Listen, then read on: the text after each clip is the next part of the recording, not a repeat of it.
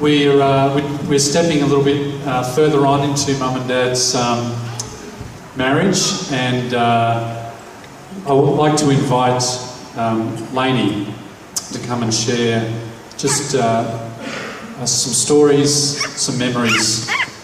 Lainie is my aunt, Auntie Lainie, or Elaine, Mum's younger sister. So here she comes. Please make her feel welcome.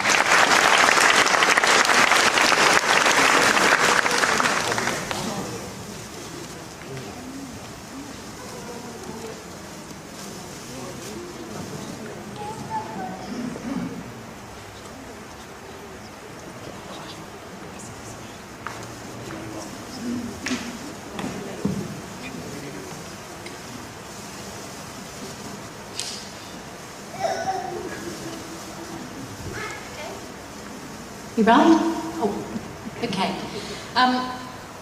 How do you condense a lifetime's memories and anecdotes into a few minutes? So settle back, it'll be a couple of hours. Joking. This is just a few snapshots of Jann from the perspective of one of her Freeman siblings. And forgive me if some of the sequences not kind of right, but these are snapshots. Jann grew up in Clayfield, Wynnum, Warwick, Bundaberg, and back to Camp Hill.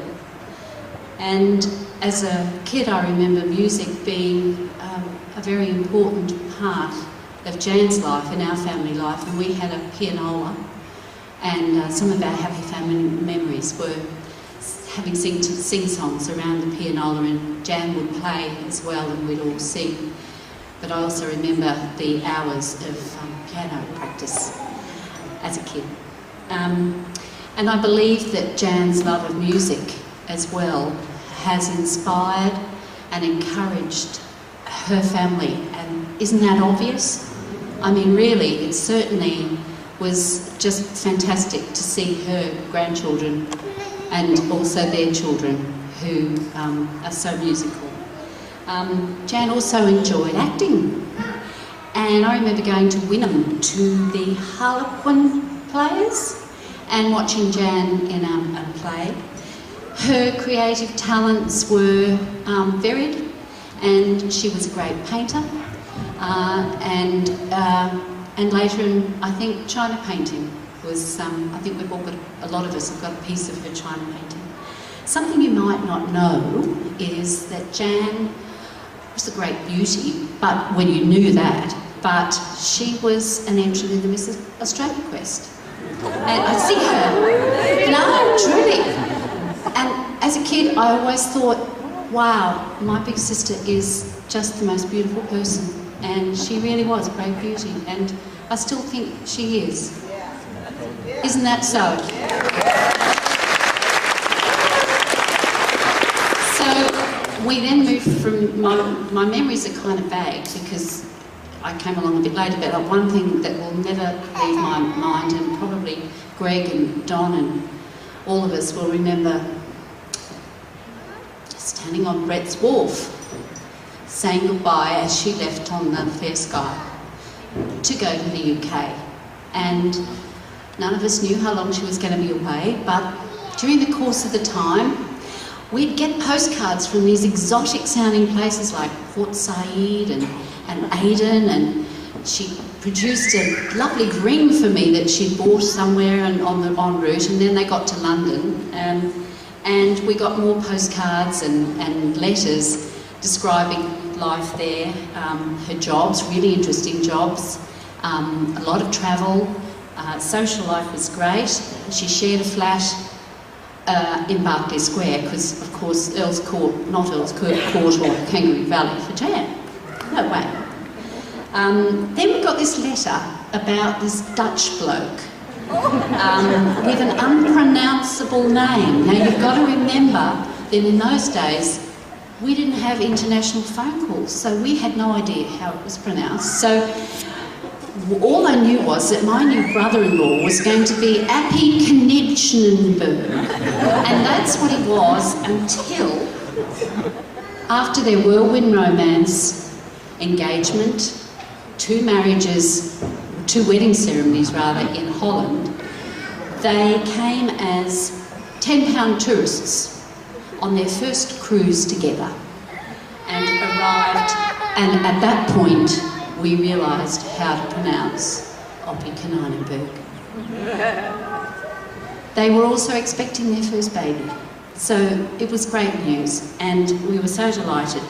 Before they moved into the house that they rented in Jones Road at Carina, they stayed with our family, and Appie was really thrown in at the deep end. It can't have been easy, but then I suppose in the early days of people's marriages it's not. Appie worked very hard, I remember, in long hours. They had no dough, no car, and very little furniture, but they were the happiest couple. I used to love to go and visit them sometimes in the second house, particularly in Jones Road, that they bought just up the road. Jann and I, after everybody had gone, the kids, 2 little ones I think, at that stage had gone to school, and Jann and I would sit and we'd smoke and drink coffee, which you did in those days. And so I think I was probably a bad influence. The housework kind of took a bit of a back seat when I was around. I was not a good influence. Joe was born on Boxing Day 65, and they did eventually get the first it was a VW Beetle. Wasn't that your first car? Yep. And they'd see them bouncing off with these 3 kids tucked in the back. And sorry? £100. How much? £100. 100 quid. Crumbs. It's probably worth 15 times that now. That's right. VW. Anyway, just to sort of skip ahead a bit, we can't finish without mentioning antiques. And Jann's interest and passion for antiques began in Petticoat Lane in London, I believe, and moved on with her as she and Appie travelled Sydney, Vietnam, the UK a couple of times, and all over the place. And it became such an interest and a passion. Jann's entries in the visitors book of our family in Sydney testify to many overnight bus journeys that Jann used to make to Sydney, to us. And I caught her enthusiasm and made numerous expeditions to junk shops with her. She always had an eye for a quality bargain. Lastly, but on top of the list, the word I want to say is faith. Jann and Appie live it, they breathe it, they communicated it to many in this room, me included, for which I'm eternally thankful. There was a sign in their loo that many of us would have seen, and it was a picture of a little kitten hanging off a basket. And the sign said, "Faith isn't faith until it's all you're hanging on to." And I say amen to that. Thanks, Jann and Appie.